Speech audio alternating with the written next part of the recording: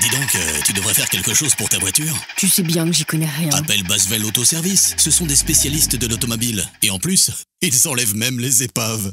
Basvel Autoservice, toute solution pour automobile. Mécanique, carrosserie, peinture, diagnostic, décalaminage, multimédia.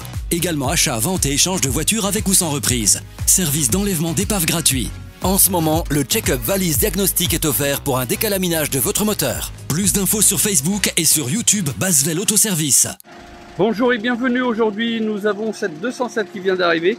D'ailleurs le moteur il est encore en train de tourner. Alors c'est une version pas mal équipée déjà de ce que je vois. Ah bah ouais, elle a même le toit panoramique.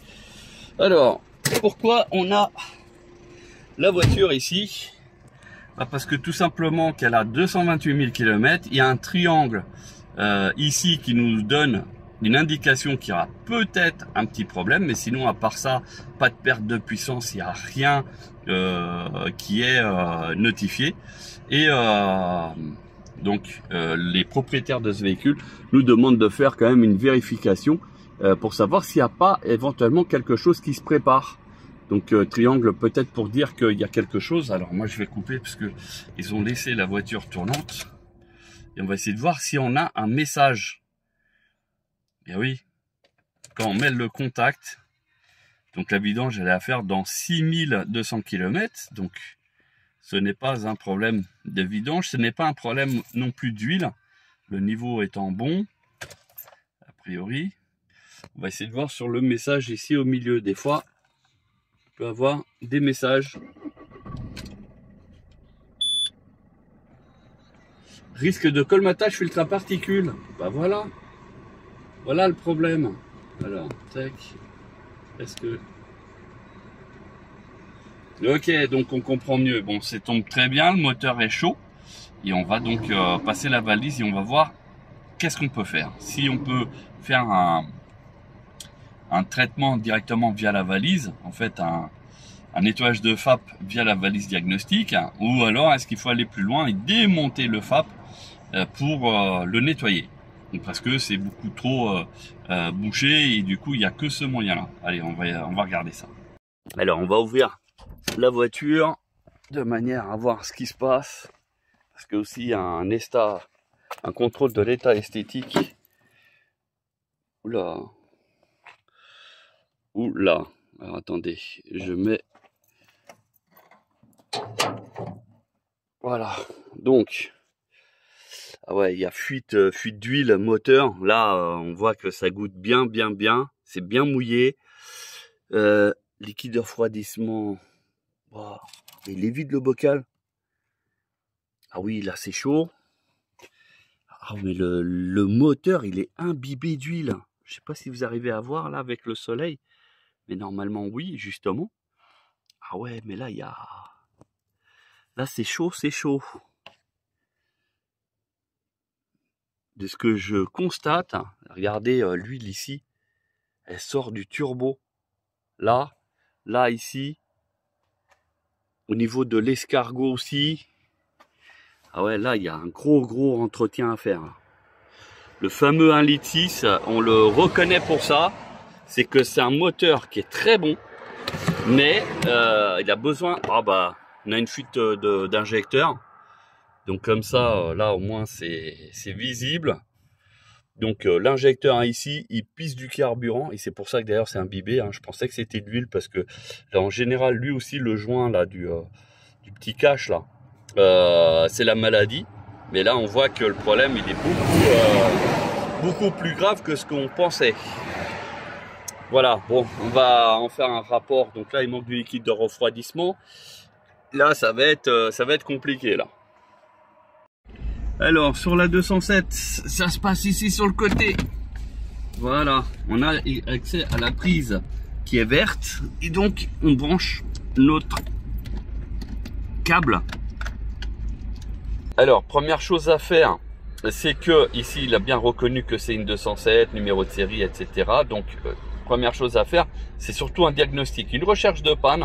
Même s'il n'y a pas de voyant, c'est pas grave, mais au moins on va avoir des indications.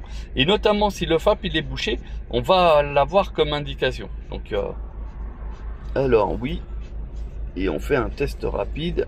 Ok. et comme ça il va tourner, il n'y a aucun problème.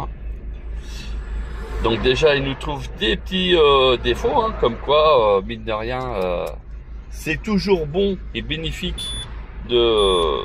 Alors bien sûr hein, la valise nous allume plein de voyants, etc. Donc là c'était voyant stop, ABS et compagnie, airbag, parce que il fait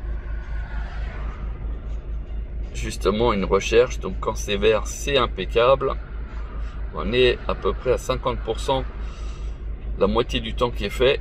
Ici on a le voltage, donc on a un alternateur qui fournit très bien, donc ça c'est bon, 14,29, c'est pas mal. On a l'autoradio qui présente aussi un petit souci. Bon, jusqu'à maintenant il n'y a rien de super méchant. Voilà, et ça c'est une prestation sur laquelle tout le véhicule est checké. Donc ça veut dire que le moindre petit souci, normalement c'est indiqué, sauf s'il y a un problème mécanique sur lequel il n'y a pas de branchement électrique. Et à ce moment-là, bon bah il n'y aura pas de miracle. Ça sera une recherche de panne à l'ancienne. Ça y est, on arrive au 100%. On va découvrir ensemble donc les différents problèmes. Voilà. Donc il y a le problème de préchauffage. Alors on a la vanne EGR, c'est intermittent. On a les bougies de préchauffage, donc il y a un souci, soit les bougies, soit le boîtier. Hein, on a la pression de carburant a priori qui est trop faible. On a le troisième feu stop qui ne fonctionne plus. Il y a un anti-brouillard arrière droit qui ne fonctionne plus non plus. Et l'autoradio, on a absence de signal la prise auxiliaire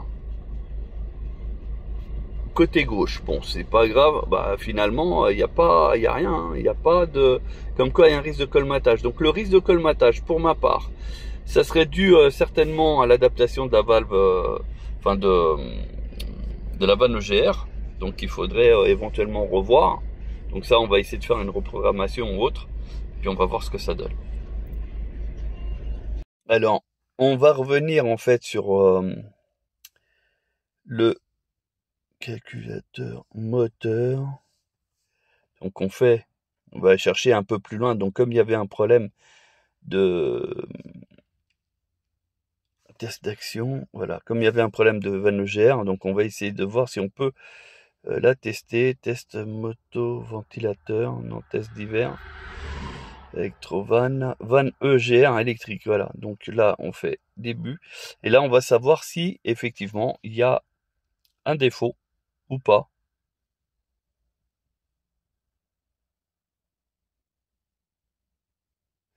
Voilà, donc la vanne EGR au final elle est fonctionnelle. On va faire aussi le boîtier papillon.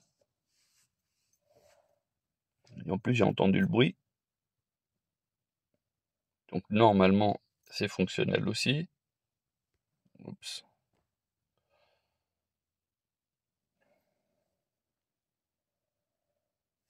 Et donc elle est conforme aussi. Donc ça peut être tout simplement un problème de crasse. Là, on va voir si les autres actionneurs ils sont ok, vu qu'on y est, autant le faire. Il est conforme. Et donc la pression de turbo, et j'entends, lui il est en train de pomper.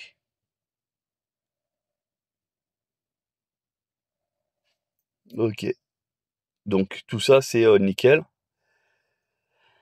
Du coup on va essayer de voir si on peut avoir accès justement au FAP. Donc là il faut aller dans un autre menu. Donc on va essayer de voir au niveau du FAP comment ça se présente, si il y a un souci. D'ailleurs on va lancer une régénération forcée. Voilà. Donc parce que si vraiment il est bouché, la régénération ne se lancera pas. Donc ça veut dire que là on est obligé de démonter le FAP de manière à introduire des produits chimiques, hein, de notre part c'est ça, produits chimiques sur lesquels on va tout simplement laisser agir, et comme ça va se vider. Alors concernant la voiture, après avoir tout checké, on a appelé le client pour lui rappeler tous les problèmes du véhicule, notamment manque de liquide de refroidissement, etc. Donc en fait c'est des problèmes qu'il était au courant, et on s'est aperçu aussi qu'il y a le contrôle technique donc qui est à faire là dans quelques mois, et du coup on lui a suggéré de faire vraiment tout le nécessaire avant.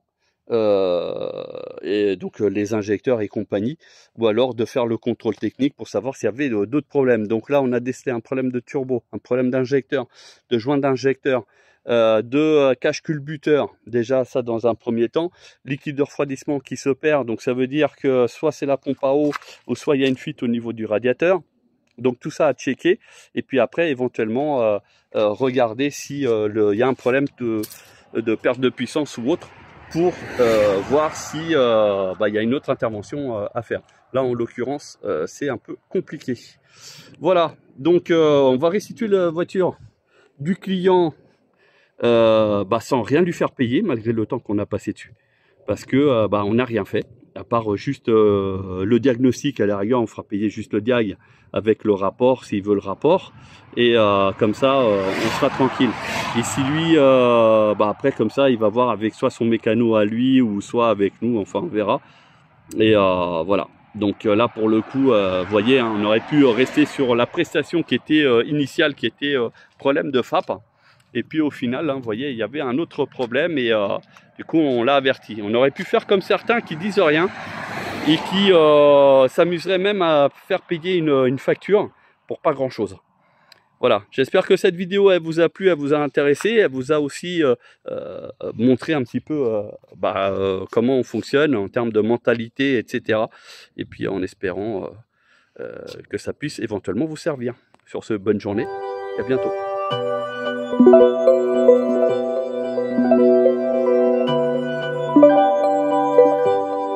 Thank you.